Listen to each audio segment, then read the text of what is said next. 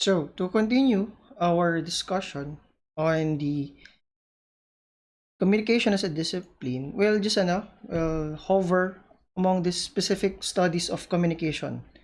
Ano yung mga particular na fields or theories na kung saan ginagamit ang communication. First is the information theory, wherein it studies the quantification, storage, and communication of information. This particular theory is mainly utilized in machine learning, no, in AI, lalo sa panahon ngayon, no, algorithm. Kung makita niyo yung pinost ko sa BBL, meron akong pinost about the YouTube algorithm, and information theory plays an important role on how um, that particular algorithm works, in a way that information theory, through continuous feeding of information, no, communication of information, the how do this computers learn what is, no, uh, they can learn, formulate what is the, calculate what's the most applicable outcome, no, through a series of data plays an important role in machine learning, no, para maturuan kung paano, ano yung susunod na step, ano yung susunod na behavioral pattern na pwedeng gawin, okay, towards an artificial intelligence.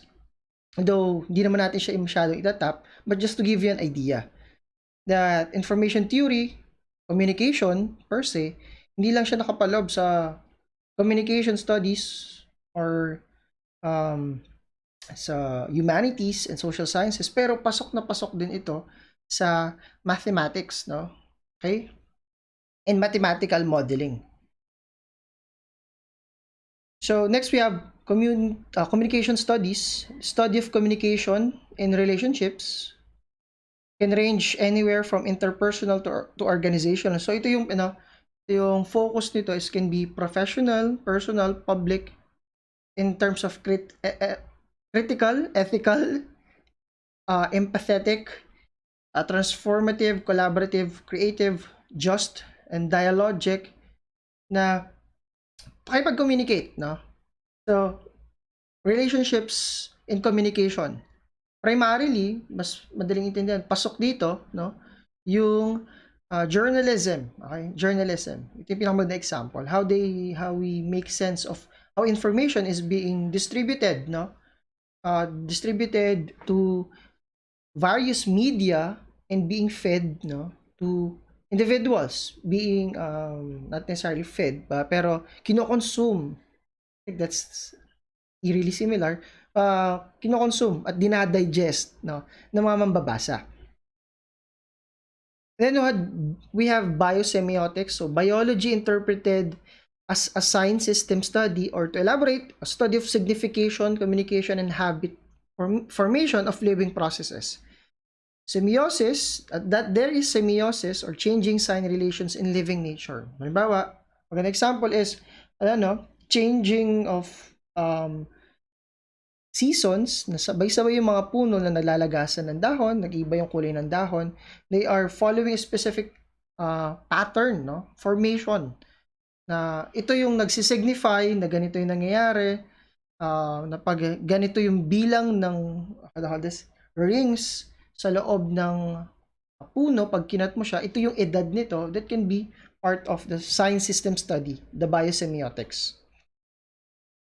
When it comes to the level of communication, no, meron siyang lima. Interpersonal, small group, public, and mass communication.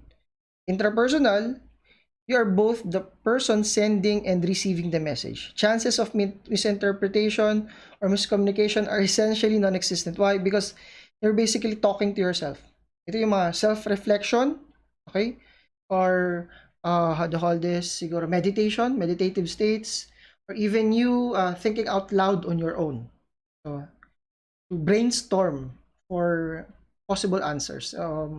We tend to do this, no? It's not something that should be negatively labeled, kasi ginagawa natin ito. Each and every one of us are doing this.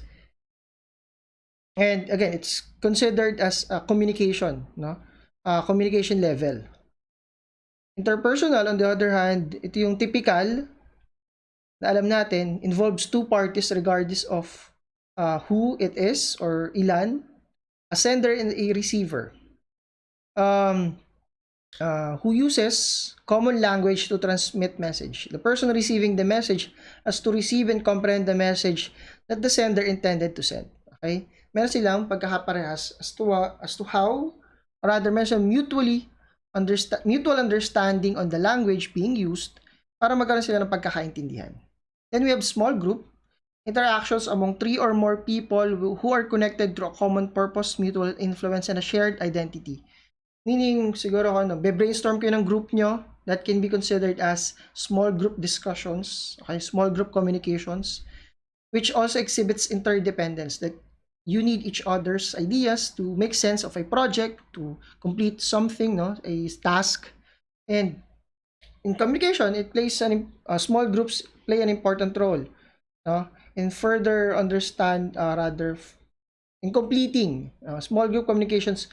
Play an important role in a student's life. Okay? Regardless, it plays an important role in student's life.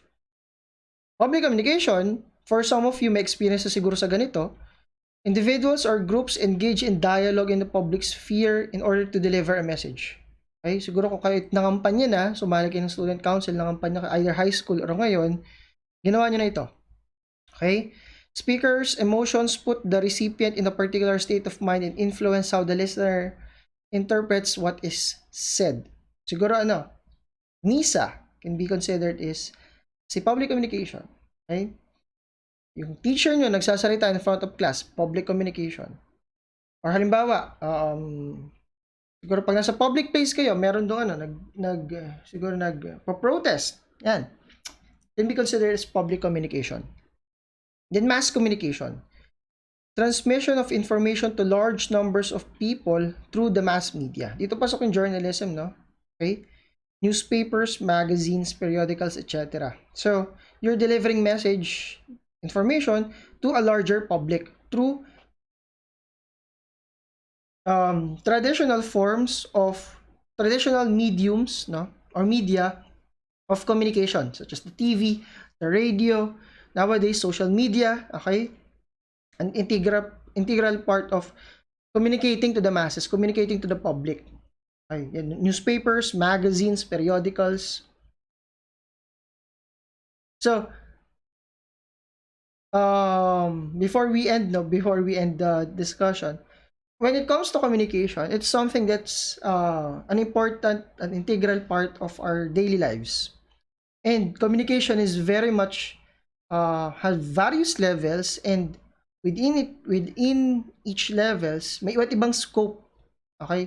At sa bawat scope or sektor, may iba't ibang paraan kung paano tamang makipag-communicate. What's important is that may mutual understanding as to what one sender or person wants his or her recipient wants to receive on the other end. Dapat merong pagkakaintindihan kung anong gustong iparating for them to have proper communication. So for next meeting, we'll be discussing about other specific professional work, under the communication as a discipline.